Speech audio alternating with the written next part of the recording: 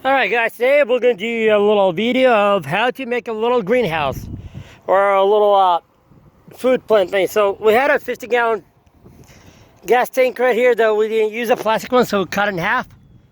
And as you see, what I did, I bought the 2-inch the bolts and some nuts that goes with it. I cut the 1 by 1. I'm gonna make drills, drill some holes right here.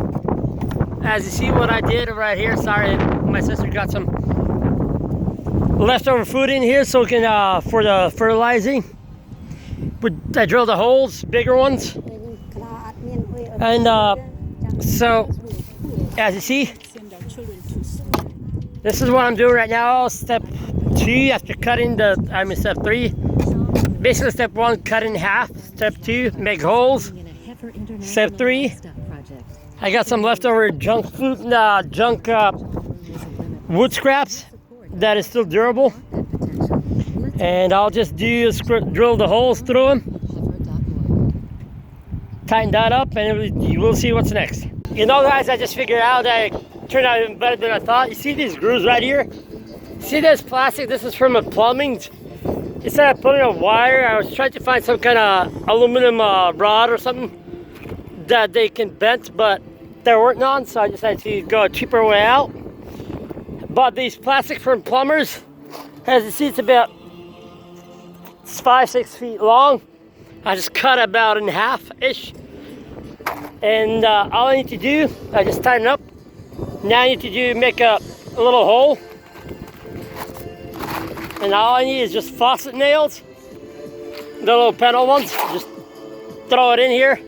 Maybe bent on the other side, and you call it good. Then all you need to do is just throw a little plastic over, like the painting plastic that you guys, the painter used over the walls, but something thicker or whatever you need. And you got a little baby greenhouse yard. So pretty simple, cheap, and durable. One thing, as you see, I didn't go too far in. See how this nail is? Now I can just hit it in and have some kind of leverage holding it. Instead of doing another screw, finding another bolt. Find a bolt and nuts with it, but just got a little faucet nail. That's all I need, just a little leverage.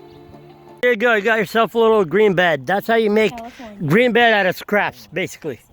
So all this stuff didn't cost me no more than like 15 bucks altogether, because I bought this piece, this pipe cost me like 2 bucks.